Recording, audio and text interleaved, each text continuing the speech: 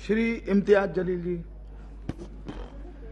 अध्यक्ष महोदय, 14 सितंबर 1984 को जब हमने द फैमिली कोर्ट्स एक्ट बनाया तो उसका मकसद ये था कि हम कंसिलिएशन के जरिए, यानी कि हम बातचीत के जरिए, समझौता के जरिए मामलों को निपटा सके। यह एक्ट 1984 में बनाया गया था। आज तकरीबन 40 साल के बाद अगर हम सब ये सवाल करें अपने आप से कि क्या ये एक्ट बनने के बाद हमने इस एक्ट के जरिए फैमिली कोर्ट में जितने भी मामले आए हैं उनको इंसाफ दिलाने के अंदर हम कामयाब हुए हैं, तो दुर्भाग्यवश मैं ये कहना चाहूँगा कि हमारा जवाब नहीं होगा। वरना आज 40 साल के बाद करीब 12 लाख जो फैमिली कोर्ट के मैटर्स है वो अदालतों के अंदर इंसाफ का इंतजार नहीं कर रहे होते। एक्ट बनाना बहुत आसान है, लेकिन एक्ट बनाने के बाद उसका इम्प्लीमेंटेशन हो रहा है या नहीं हो रहा है, ये भी इस सदन की जिम्मेदारी है कि इसके ऊपर नजर रखना। वरना एक्ट तो बन गया, लेकिन आज क्या वजह है कि इस 130 करोड़ की आबादी वाले देश के अंदर महज 715 फैमिली कोर्ट चलाए जा रहे हैं। मैं फैमिली कोर्ट का मकसद, मंत्री जी, मैं आपका ध्यान इस बात के ऊपर आकर्षित करना चाहूंगा। अध्यक्ष महोदय, फैमिली कोर्ट्स का मतलब सिर्फ ये नहीं है कि पति पत्नियों का विवाद, कि बच्चा किसके कब्जे में जाएगा, बच्ची किसके कब्जे में जाएगी, एलिमनी की अमाउंट कितनी होगी, कब दी जाएगी, कैसे दी जाएगी, घर किसके कब्जे में जाएगा, किसके हिस्से में जाएगा। फैमिली कोर्ट्स का मतलब हम सिर्फ यही समझते हैं, और बहुत सारे जितने भी सम्मानीय सदस्यों ने कहा है, इन्हीं का उदाहरण दिया है। मैं मंत्री जी आपसे हाथ जोड़कर विनती करना चाहूंगा, हम एक ऐसे समाज के अंदर रहते हैं जहां एक नई संस्कृति को हम देख रहे हैं कि हमारे बूढ़े माँ बाप जिन्होंने हमें पाल पोस कर बड़ा किया है, जब वो बूढ़े हो जा रहे हैं तो इस देश के अंदर बहुत सारे ओल्ड एज होम्स खोले जा रहे हैं, वृद्ध आश्रम खोले जा रहे हैं। क्या इनके लिए कोई कानून है कि जिन माँ बाप ने अपने बच्चों को पाल पोस कर बड़ा किया है, जब वो बूढ़े हो गए, बच्चे की शादी हो गई, तो बहू को माँ बाप पसंद नहीं आ रहे, अपने सास ससुर पसंद नहीं आ रहे, बेटा अपने माँ बाप को बोझ समझ रहा है, और एक दिन दोनों बेटा बहू अपने बूढ़े माँ बाप को उठाते हैं, ले जाते हैं, और जिस तरह घर का कचरा उठाकर हम बाहर फेंक देते हैं, तो हम उन्हें ओल्ड एज होम में ले जाकर छोड़ दे रहे हैं। मैं तमाम सदस्यों से हाथ जोड़कर विनती करना चाहूंगा, मैं भी दिवाली के वक्त औरंगाबाद के मेरे चुनावी क्षेत्र के वो एक ओल्ड एज होम में गया था। मंत्री जी, हैरानी हुई वहां पर देखकर कि एक रिटायर्ड जज वहां पर उस ओल्ड एज होम में है। मुझे यकीन नहीं हुआ जब मैंने उसका नाम सुना कि उसके बेटे, इतना बड़ा घर है, ऐसा नहीं है कि बहुत गरीब है कि आप मां बाप को पाल नहीं सकते हैं, लेकिन एक रिटायर्ड जज भी उस ओल्ड एज होम में जब हमने देखे तो तब समझ में आया कि ये समाज कहां जा रहा है करके। तो ऐसे लोगों के लिए क्या कानून होना चाहिए फैमिली कोर्ट के जरिए? पति पत्नियों का विवाद तो जो है ये जिंदगी भर चलता रहेगा, इन्हें भी इंसाफ मिलना चाहिए, लेकिन वो बूढ़े मां बाप कहां जाएंगे?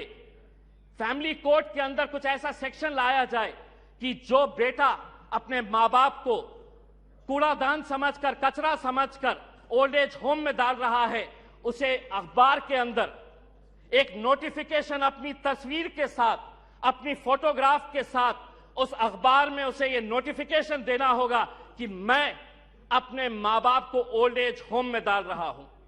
ऐसे बच्चों को समाज के सामने हमें खड़ा करने की जरूरत है। लाइए कानून, वरना वो बूढ़े मां बाप जो रोकने के अलावा कुछ नहीं कर सकते हैं, क्योंकि कोई कानून नहीं है, उनका कसूर सिर्फ इतना है कि उन्होंने अपने बच्चों को पाला पोसा बड़ा किया।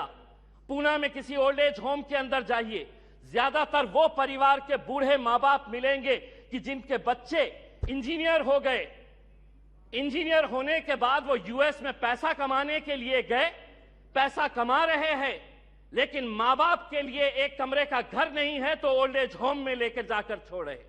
ये एक संस्कृति हम डेवलप कर रहे हैं। फैमिली कोर्ट्स के जरिए मैं मंत्री जी आपसे यह अनुरोध करना चाहूंगा कि आप कुछ ऐसा कानून इन लोगों के लिए भी लेकर आइए जो बच्चे अपने मां बाप को आज यहां पर ले जाकर छोड़ रहे हैं।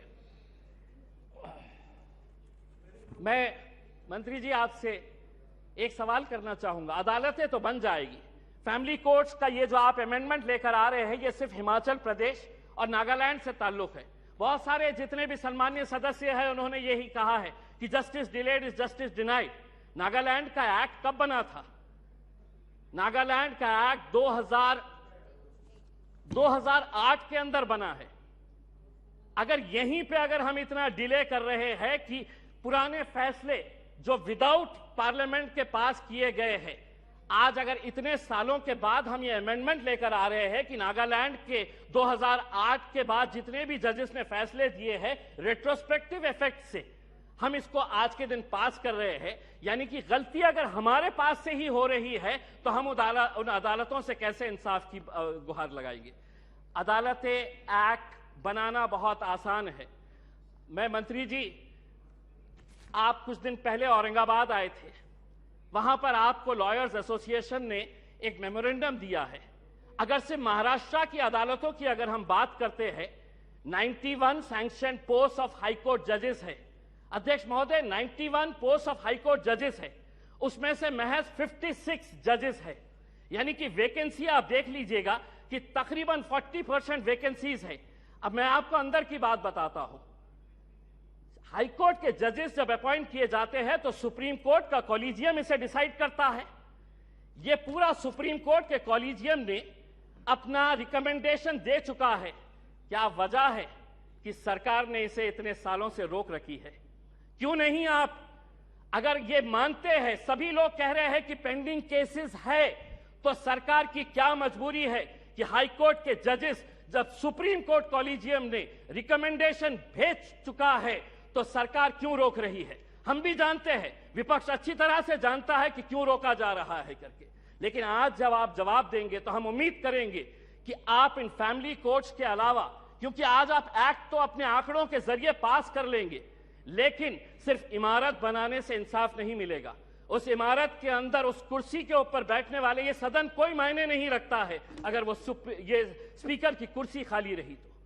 वो स्पीकर की कुर्सी जितनी महत्वपूर्ण इस सदन के लिए है, उसी तरह अदालतों के अंदर जजेस की कुर्सी भी बहुत मायने रखती है।